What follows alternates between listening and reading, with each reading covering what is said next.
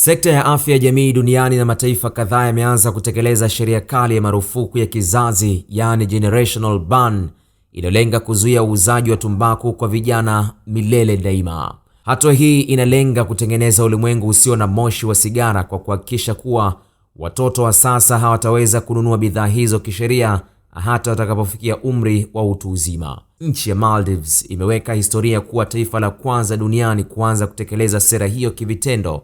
Chini ya sheria hiyo mpya, ni marufuku kuuza bidhaa yoyote ya tumbaku kwa mtu yoyote aliyezaliwa baada ya Januari mosi mwaka 2007.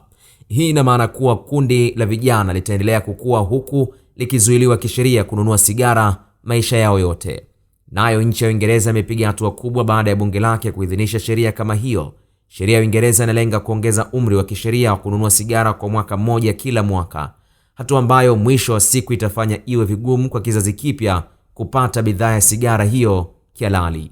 Wataalamu wa afya duniani wanasisitiza kuwa hatua hizi ni za lazima ili kuzuia vifo, kwani tumbaku inatajwa kuwa chanzo kikuu cha vifo vinavyoweza kuepukika duniani. Pia gharama za matibabu, kwa sababu serikali zinatumia mabilioni ya fedha kutibu magonjwa yanayotokana na uvutaji wa sigara kama saratani na magonjwa ya moyo.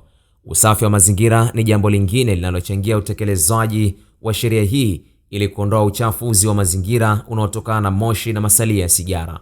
Wakati mataifa mengine yakiendelea kutathmini uwezekano wa kufuata mkondo huo, macho ya ulimwengu sasa hivi yapo kwa Maldives na Uingereza kuona jaribio hili la kihistoria litafanikiwa kumaliza kabisa matumizi ya tumbaku duniani na wavutaji wa sigara hatimaye kutokomea.